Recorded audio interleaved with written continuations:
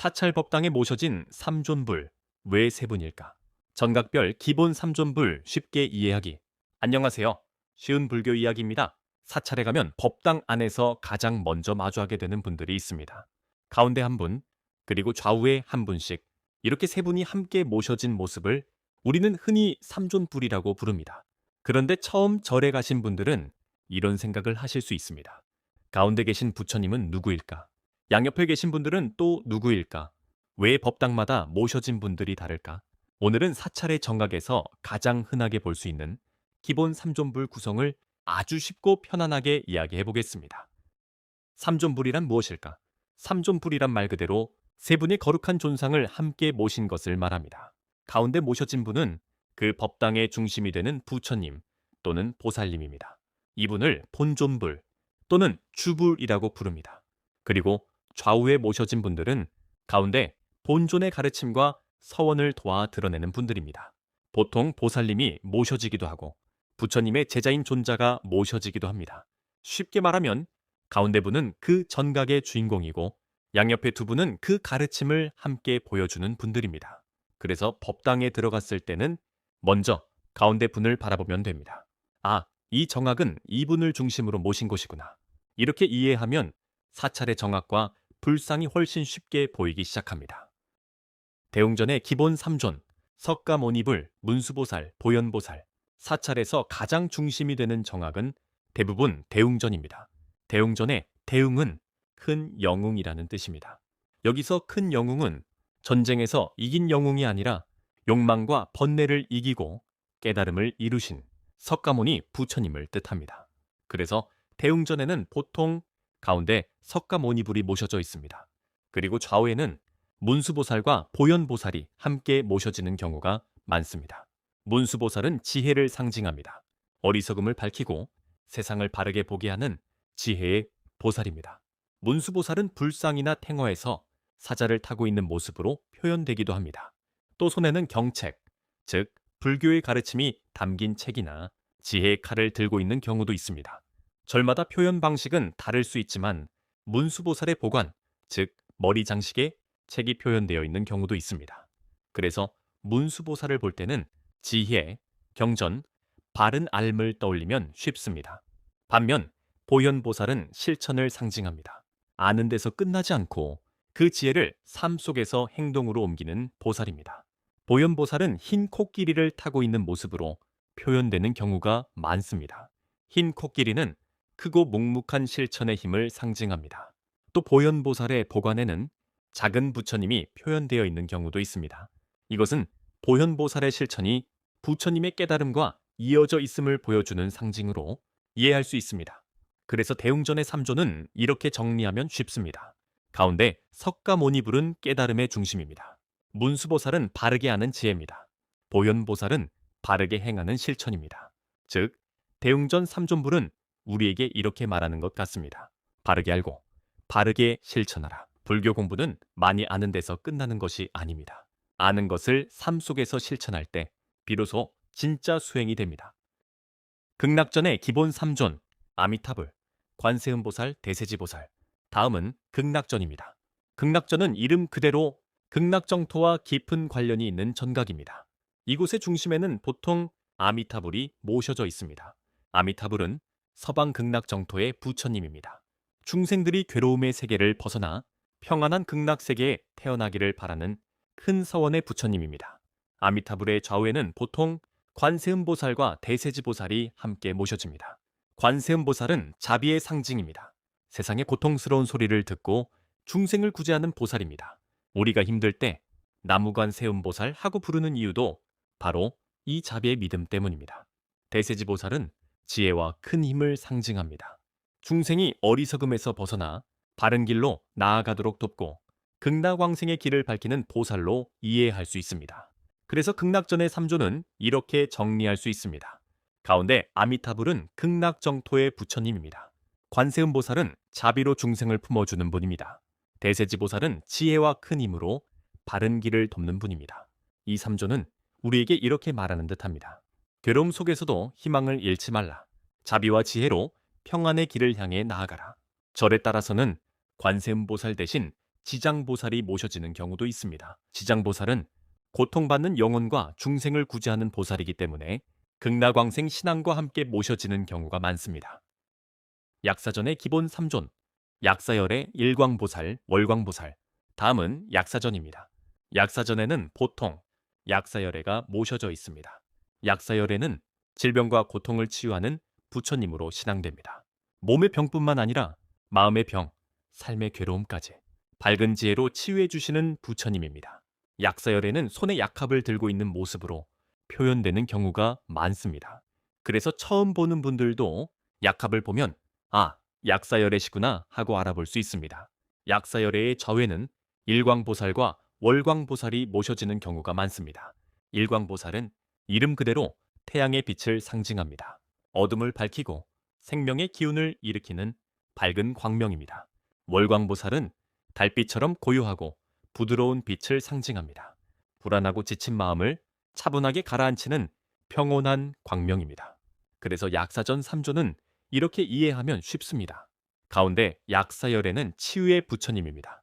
일광보살은 낮의 밝은 빛입니다. 월광보살은 밤의 고요한 빛입니다. 이 3조는 우리의 몸과 마음에 이렇게 말하는 것 같습니다. 아픈 마음도 괜찮다. 어둠 속에서도 빛은 있다. 몸과 마음을 바르게 돌보며 살아가라. 그래서 건강을 기원하거나 가족의 평안을 기도할 때 많은 분들이 약사전에 참배합니다.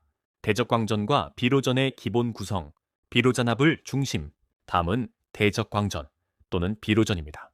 이 정학에는 보통 비로잔합을이 중심에 모셔져 있습니다. 비로잔합을은 역사 속에 태어나신 부처님이라기보다 온 우주의 두루한 진리 그 자체를 상징하는 부처님입니다. 쉽게 말하면 석가모니불이 이 세상에 오신 부처님이라면 비로자나불은 온 법계에 가득한 진리의 부처님이라고 할 수 있습니다. 대적광전에는 여러 구성 방식이 있습니다.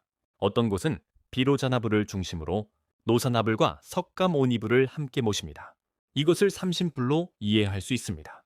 비로자나불은 진리 그 자체인 법신, 노사나불은 깨달음의 공덕을 나타내는 보신, 석가모니불은 중생을 위해 이 세상에 나타난 화신으로 설명합니다. 또 절에 따라서는 비로자나불의 좌우에 문수보살과 보현보살을 모시기도 합니다.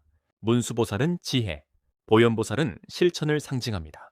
그래서 대적광전은 조금 더 깊은 불교의 세계관을 보여주는 전각입니다. 이 정학은 우리에게 이렇게 말하는 듯합니다. 부처님은 먼 곳에만 계신 것이 아니다. 진리는 온 세상에 가득하며 그 진리를 깨닫는 마음이 바로 수행이다. 명부전과 지장전의 기본 구성, 지장보살, 도명존자, 무도기왕, 다음은 명부전 또는 지장전입니다. 이곳의 중심에는 보통 지장보살이 모셔져 있습니다. 지장보살은 지옥 중생까지 모두 구제하겠다는 크고 깊은 서원을 세운 보살입니다. 그래서 명부전은 죽음, 영가, 천도, 저승세계와 관련된 전각으로 여겨집니다. 하지만 명부전을 단순히 무섭고 어두운 공간으로만 생각하면 안 됩니다. 명부전의 핵심은 두려움이 아니라 자비입니다. 지장보살은 보통 석장이나 보주를 든 모습으로 표현됩니다. 석장은 어둠 속 중생을 깨우는 지팡이이고 보주는 중생을 밝히는 지혜와 자비의 상징으로 볼 수 있습니다. 지장보살의 좌우에는 보통 도명존자와 무도기왕이 함께 표현되는 경우가 많습니다. 도명존자는 지장보살을 보좌하는 존자입니다.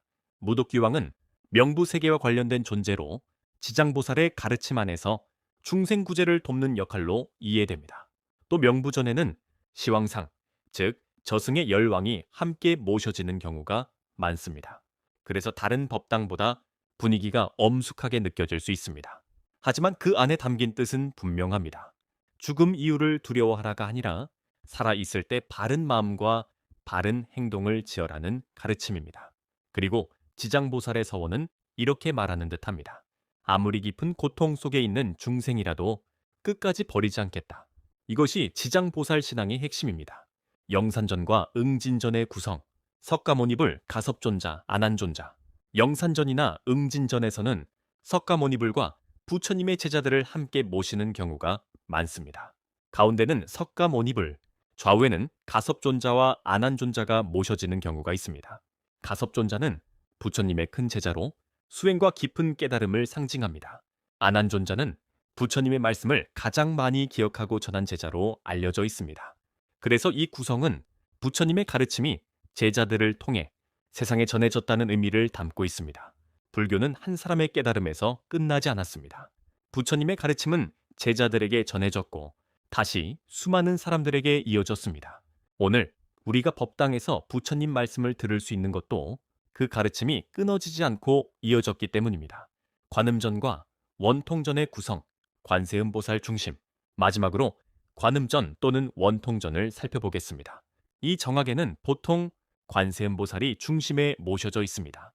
관세음보살은 세상의 소리를 살피는 보살이라는 뜻을 가지고 있습니다. 여기서 세상의 소리란 단순한 말소리가 아닙니다. 고통 속에서 부르는 소리, 두려움 속에서 간절히 찾는 소리, 삶이 힘들어 마음으로 외치는 소리입니다. 관세음보살은 그 소리를 외면하지 않고 자비로 응답하는 보살로 신앙됩니다. 관세음보살은 보관에 작은 아미타불이 표현되는 경우가 많습니다. 또 정병, 버들가지, 영곡과 함께 표현되기도 합니다. 그래서 관세음보살을 볼 때는 자비, 구제, 간절한 기도를 떠올리면 좋습니다. 관음전에는 경우에 따라 남순동자나 해상용왕 같은 권속들이 함께 표현되기도 합니다. 하지만 관음전의 핵심은 하나입니다. 바로 자비입니다. 삶이 힘들 때 우리가 조용히 두 손을 모으고 나무관세 음보살 하고 부르는 것은 내 마음이 자비와 연결되기를 바라는 기도입니다. 관음전은 우리에게 이렇게 말하는 듯합니다. 너의 고통은 외면되지 않는다. 자비의 마음으로 다시 일어나라. 법당에서 삼존부를 쉽게 보는 방법. 그렇다면 사찰에 갔을 때 삼존부를 어떻게 쉽게 구별할 수 있을까요? 첫째, 정각의 현판을 먼저 보세요. 대웅전이라고 쓰여 있으면 석가모니부를 중심으로 생각하면 됩니다. 극락전이나 무량수전이라고 쓰여 있으면 아미타부를 떠올리면 됩니다. 약사전이면 약사열애, 대적광전이나 비로전이면 비로자나불, 명부전이나 지장전이면 지장보살을 중심으로 보면 됩니다. 둘째 가운데 모셔진 분을 보세요.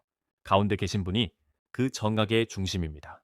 양옆에 계신 분들은 그 본존의 가르침과 서원을 함께 드러내는 분들입니다. 셋째, 손에 든 물건이나 모습을 살펴보세요. 약사열에는 약합을 들고 있는 경우가 많습니다. 지장보살은 석장이나 보주를 든 모습으로 표현됩니다. 관세음보살은 보관에 작은 아미타불이 표현되거나 정병, 영국과 관련된 모습으로 나타납니다. 문수보살은 경책이나 지혜의 칼 또는 사자와 함께 표현되는 경우가 많습니다. 보현보살은 흰 코끼리, 실천의 서원, 그리고 보관의 작은 부처님 표현으로 구분할 수 있는 경우가 있습니다. 넷째, 절마다 구성이 다를 수 있다는 점도 기억해야 합니다. 같은 대웅전이라도 어떤 절은 문수보살과 보현보살을 모시고 어떤 절은 관세음보살과 지장보살을 모시기도 합니다. 또 어떤 곳은 삼세불이나 삼신불 형식으로 모셔져 있기도 합니다. 그러니 이것만이 정답이다라고 외우기보다 전각의 이름과 가운데 본존을 먼저 이해하는 것이 좋습니다. 오늘의 정리, 오늘 내용을 정리해 보겠습니다. 사찰 법당에 모셔진 삼존불은 가운데 본존과 좌우 협치로 이루어져 있습니다. 대웅전은 보통 석가모니불을 중심으로 문수보살과 보현보살을 모십니다.